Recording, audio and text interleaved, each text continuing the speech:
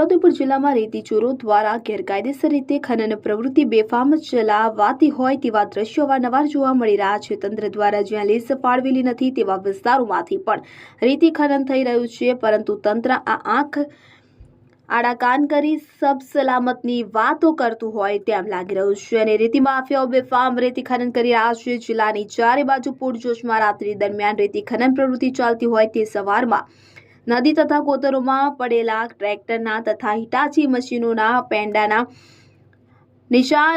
નિશાન ઉપરથી પણ સાબિત થઈ શકે છે। જ્યારે છોટાઉદેપુર જિલ્લામાંથી દાહોદ તરફ કેવડી ખાતેથી રેતી ભરેલ ટ્રેક્ટરો ચેકપોસ્ટ ઉપરથી પસાર થતા હોય તેવો વિડીયો સોશિયલ મીડિયા ઉપર વાયરલ થયો હતો।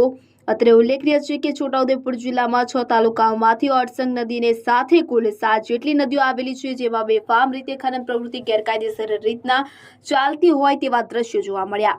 લીઝો ફાળવેલ ન હોય પણ ગેરકાયદેસર રીતે ખનન થઈ રહ્યું છે। દિવસ આથમતાની સાથે જ રેતી માફિયાઓનો ઉદય થતો હોય છે। તંત્ર જ્યાં ઘસઘસાટ નિંદ્રામાં હોય ત્યારે ગેરકાયદેસર રીતે ખનન પ્રવૃત્તિ કરતા રેતી માફિયા પોતાનો ધંધો કરી રવાના થઈ જતા હોય છે। જ્યારે સવાલ એ થાય છે કે નદીમાં ટ્રેક્ટરના પૈડાના નિશાન તથા રેતીનો જથ્થો રીતસર ખોદેલો જોવા મળતો હોય તે કોણ ખોદી ગયું, પરંતુ આ અંગે વર્ષોથી કોઈ પગલાં ભરાતા નથી અને રેતીનો કાળો કારોબાર બે રોકટોક ચાલી રહ્યો છે।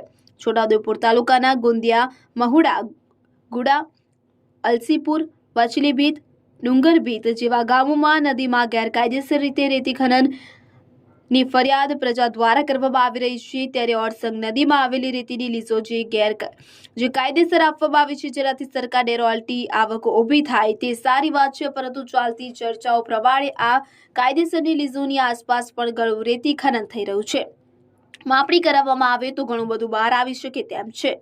તો આ સાથે જ ગેરકાયદેસર ખનન પ્રવૃત્તિને આ દિન સુધી અટકાવી શક્યા નથી, જ્યારે સામાન્ય પ્રજા હવે કંટાળી ગઈ છે। ગ્રામીણ વિસ્તારોમાંથી થતી રેતી ચોરીથી ગ્રામીણ પ્રજા પણ થાકી ગઈ છે। હવે જ્યારે બેફામ રેતી ખનન પ્રવૃત્તિ કરી રેતીના ટ્રેક્ટરો પસાર થતા હોય તેવા વિડીયો પણ સોશિયલ મીડિયામાં વાયરલ થતા હોય છે।